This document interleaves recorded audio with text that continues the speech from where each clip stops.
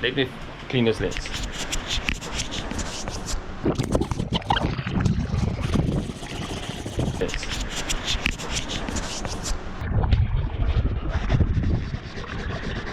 And just like that, we are sailing again.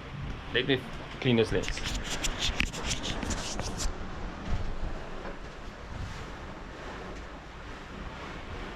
And we are off and sail. It was a little bit of a shaky start, but the sea is nice, relatively flattish. We've got a little bit of a swell right from the front, but we're doing good. And Pietro is busy with our monk video.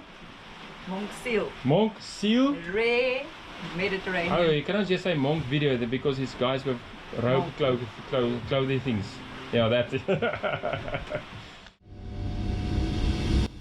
We are two crazies from South Africa. That's Flickr and this is Pietro. We chucked everything and are now full-time living and sailing on our new home, Sisu.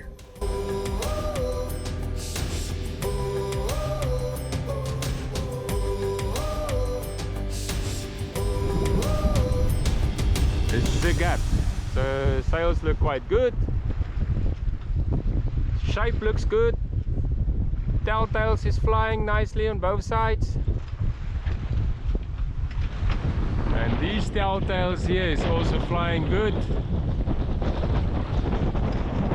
And looks like our twist is also good.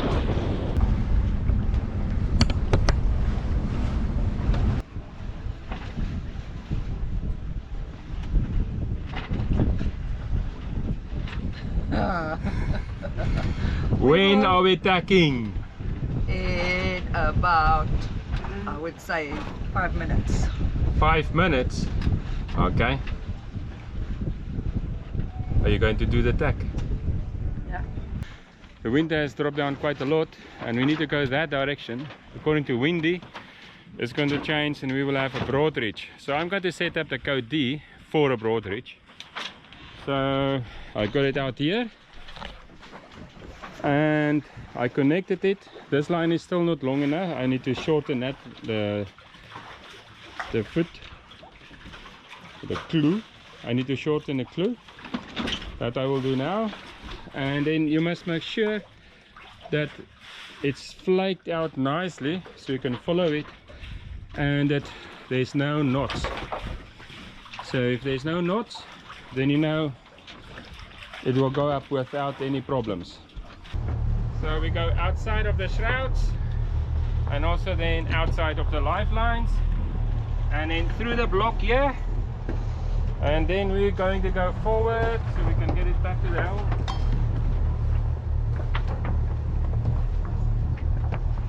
Through this block and then that block over there, and then I give this one to Pietro.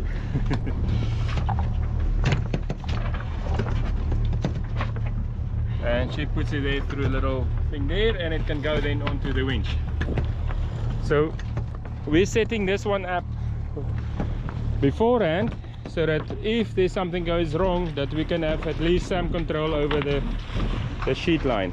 I'm going to tighten up that one and just make sure that we are good, and it is done here. And I know it must about be like 30 centimeters around there, but if we're going to go broad reach, I can actually make it much tighter as well. So we're going to keep it like that. It will be fine. The reason for the difference in height over there is that we have these lifelines and also the dolphin catcher, and if the line, the foot of the sail is always over here or also here, then it gets chafed. So we need to make the whole foot of the sail a little bit longer. That's it.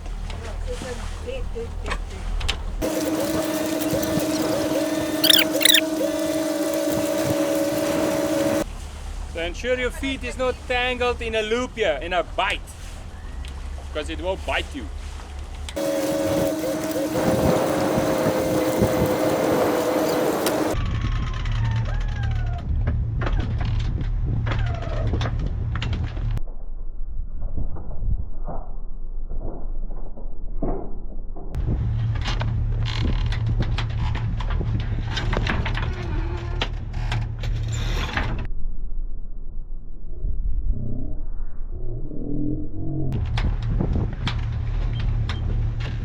Okay, Windy was correct. Let's get out the big dog. The big D. And we've got 5 knots of wind. See that? Yep. Okay, we're going to unfold. So I set up the furler here. It's a manual furler. And now we need to bring it out. Wind is good. And we've got 3. Ready?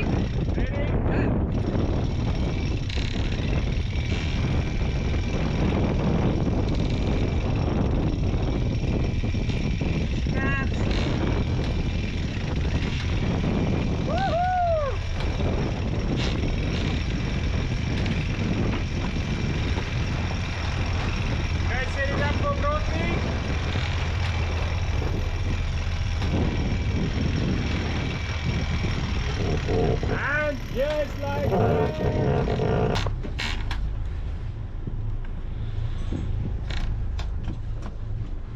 And 0.4 knots. Speed. she is flying. So it's time for mid-mooring again.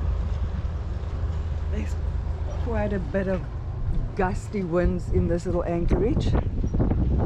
And our friends are over there. But we felt it much better to come and anchor over here.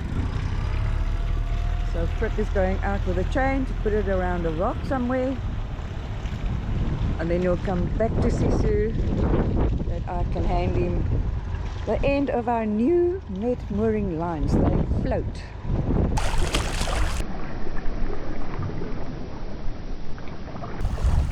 We're having our coffee. Peter is busy with a video as usual. And then we are watching this. Just check these guys out. And listen to the do do do do do do do do.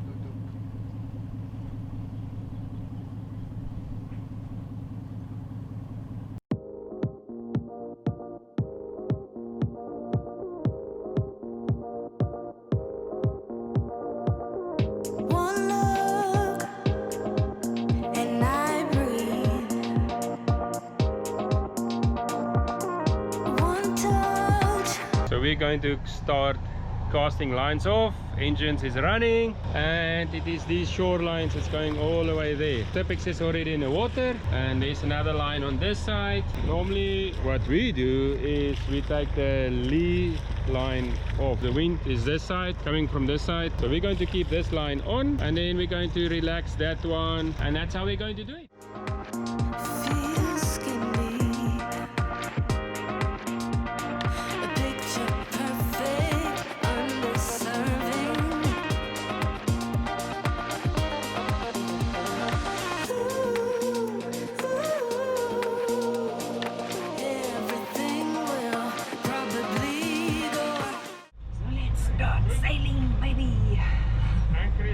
Here we go.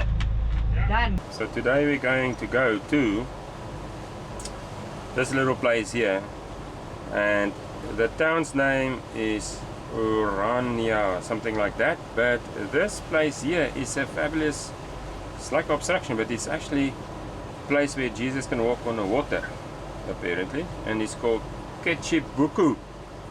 So let's get it on. Okay, so we now currently somewhere here. That's Ikigai, our friends, and we are going all the way here. So we will need to anchor somewhere here. All of this blue we can anchor. So we will anchor somewhere here and go with the dinghy to the beach or to the sandbank. So let us just make it to here.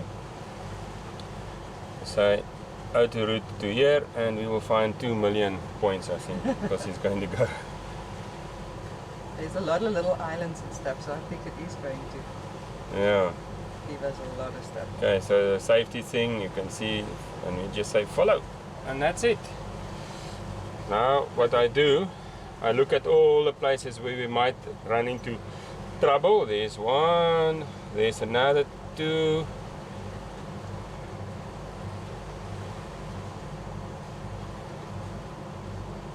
Might be 1, and I just carry on with this route, zoomed in. Very important to be zoomed in. Oh, Okay, looks we're good. okay. Yeah. we just need to check those things with the little exclamation marks. If we zoomed out, this is where it is with relation to Turkey. So we've been, all the anchor spots is our anchor spots, and these are the places we need to go, and the flaggy things is the Satur Marinas. So this is Turkey, there is Istanbul and the Bosphorus, this is the Black Sea, this is Greece, so close, but that's Italy, so that is more or less where we are now. Looks like we have a very busy shipping lane in front of us, all boats. And even a water aeroplane took off just now. Awesome! We decided to motor a little bit, even though that we have wind to sail, to charge the starter batteries, because of all the little motoring, the starter batteries was getting lower and lower. And we're just doing our own thing, but look at this. You call that a boat? This is a boat.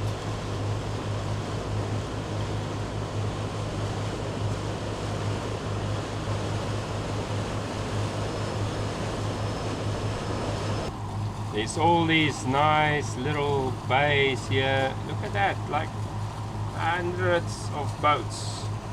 The little alcove, and look, there's a little restaurant in there. And 1, 2, 3, 4, 5, 6, 7, 8, 9, 10, 11 looks like sailing yachts, and there's motorized boats. And on the chart it showed only 2 boats with AISs.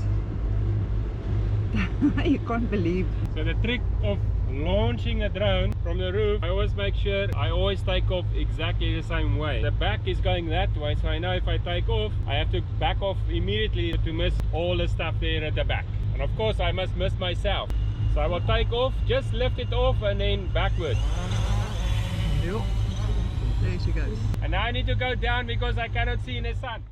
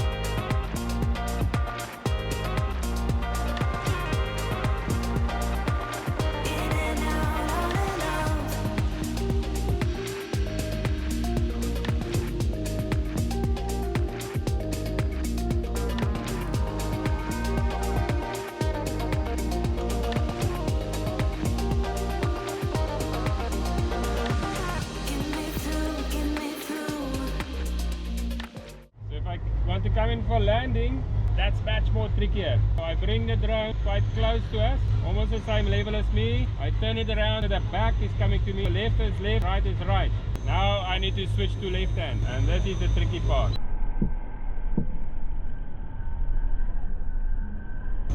Perfect catch. Then I just bring the 2 joysticks together, backwards, and it switches off.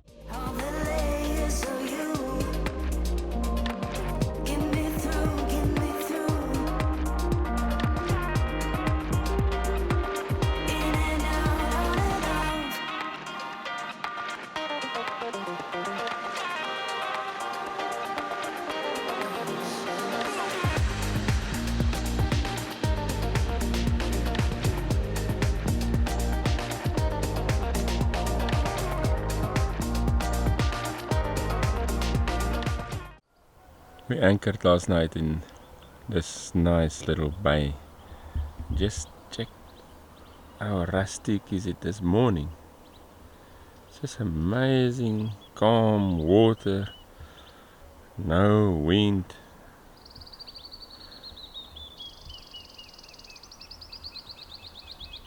So guess what? No Tipex. There's Tipex. We are going on the stand-board. Look, it's rowing and I'm cleaning. How cool is this? This is super fun. Are we going to go there to the side? And then to the ATM. Yeah, let's first do the sandbank thing, eh? I'm rowing and Petrus is doing a Jesus walkie on the water in the middle of nowhere. Huh. Huh. Look, there's even boats coming out and Petrus walking here.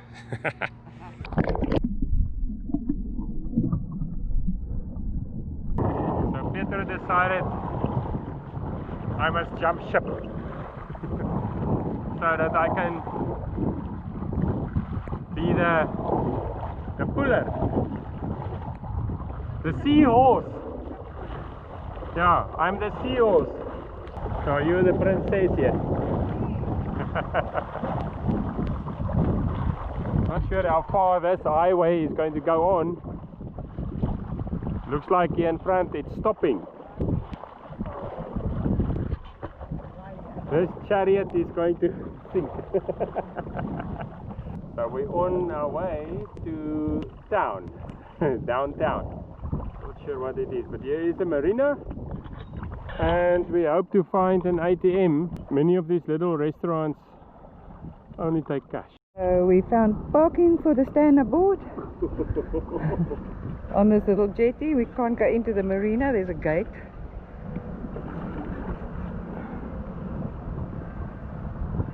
There we go. Yep. And we need to go to that ATM there. Look at this nice little restaurant here. An hotel and everything, and a tar road, and we are barefoot on black tar. Walk the line. There's the ATM. So when we got back to the stand-up board, we had tied ourselves onto 3 tires so that the board doesn't go underneath the jetty. And when we came back, it was moved. This freaking old man just politely moved us out of the way to put his own rubber duck back. Can you believe it? And he said it's private property. So, but there were no signs on it, it's private property or nothing. So he's a grumpy old man.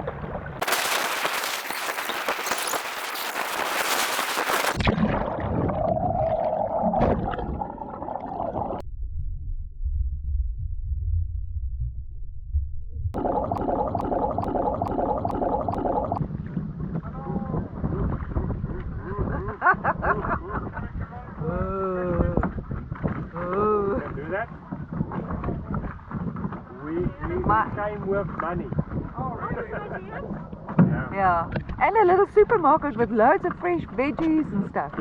Yeah. With the little blue sign. Yeah. We were actually remembered that we went for a walk along there last time and went to that supermarket.